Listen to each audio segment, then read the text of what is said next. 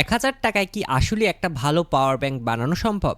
তো আমার চাচাতো ভাই আমাকে ১,০০০ টাকার এই নোট ধরিয়ে বলল তার দরকার একটা পাওয়ার ব্যাংক। তার চাহিদা কি জানেন? Slim and stylish body, fast charging আর মিনিমাম ২ বার ফোন ফুল চার্জ। সত্যি বলতে তার চাহিদার বাজেট শুনে अरे मुझे चक्कर आने लग गया अब। কিন্তু যেহেতু ভাই বলে কথা, চ্যালেঞ্জটা তো নিতেই হবে। তো চলুন শুরু করা যাক। তো ব্যাটারি হিসেবে আমি নিচ্ছি বিগ ম্যাক্সের অরিজিনাল ১০,০০০ এমএইচ এর লিথিয়াম পলিমার ব্যাটারি। এখন যদি আপনার ফোন ৪,০০০ এমএইচ এর হয় তাহলে খুব সহজেই ২ বার ফুল চার্জ দিতে পারবেন।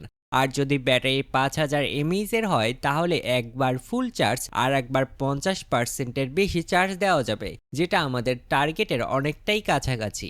এবার কেস হিসাবে ব্যবহার করব বিগ ম্যাক্সেরই 22.5 ওয়াটের কেস, যেটা ফাস্ট চার্জিং সাপোর্ট করে আর দেখতে একদম প্রিমিয়াম। তো চলুন খুলে দেখি কেসটার ভিতরে কি আছে। এখানে রয়েছে IP5356 power bank circuit module. Power ব্যাংকের সার্কিটের দুনিয়ায় খুবই পরিচিত একটা নাম। ভাবুন তো, এই ছোট্ট একটা মডিউল, কিন্তু এর ভিতরেই পুরো পাওয়ার ব্যাংকের ব্রেন। এটা একটা all in one power bank management IC. এখানে চার্জিং, বুস্টিং, কনভার্টার আর ফুল প্রোটেকশন সার্কিট সব একসাথেই বিল্ট ইন রয়েছে। মানে আলাদা করে চার্জার, বোর্ড বা প্রোটেকশন লাগানোর কোনো ঝামেলা নেই। এটা 3.7 ভোল্টের যে কোনো লিথিয়াম বা পলিমার ব্যাটারি ব্যবহার করতে পারবেন, যা দিয়ে সহজেই মোবাইল ফাস্ট চার্জিং করা যাবে।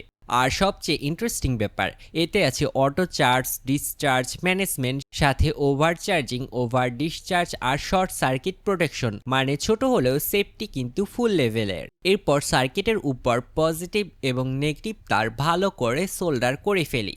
এরপর ব্যাটারিটা সাবধানে কেসের ভিতরে ফিট করতে হবে। এখানে একটা গুরুত্বপূর্ণ বিষয়, দেখুন এই ইন্ডাক্টরটা ব্যাটারির টার্মিনালের খুব কাছাকাছি আছে, যেটা থেকে শর্ট সার্কিট হওয়ার রিস্ক থাকে। তাই আমি এখানে একটা ছোট্ট কাগজের টুকরা লাগিয়ে দিলাম, যাতে কোনোভাবে শর্ট সার্কিট না হয়। এরপর পজিটিভ নেগেটিভ ঠিক রেখে ব্যাটারির তার সোল্ডার করে দিলাম।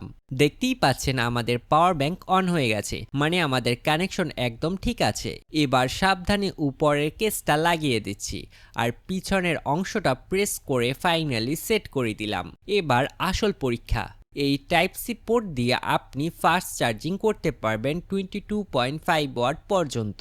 আর এই ইউএসবি আউটপুটগুলো দিয়ে আপনি নর্মালভাবে ফোন চার্জ করতে পারবেন। একটা বিষয় মনে রাখবেন, যখন দুইটা ডিভাইস একসাথে চার্জ দিবেন তখন আর ফাস্ট চার্জিং থাকবে না, নর্মাল চার্জিং হয়ে যাবে। তো ১,০০০ টাকার বাজেটে এই পাওয়ার ব্যাংকটা কেমন হলো কমেন্টে অবশ্যই জানান। আর যারা এই সেটআপ ব্যবহার করছেন তারা কেমন পারফরমেন্স পাচ্ছেন সেটাও শেয়ার করুন।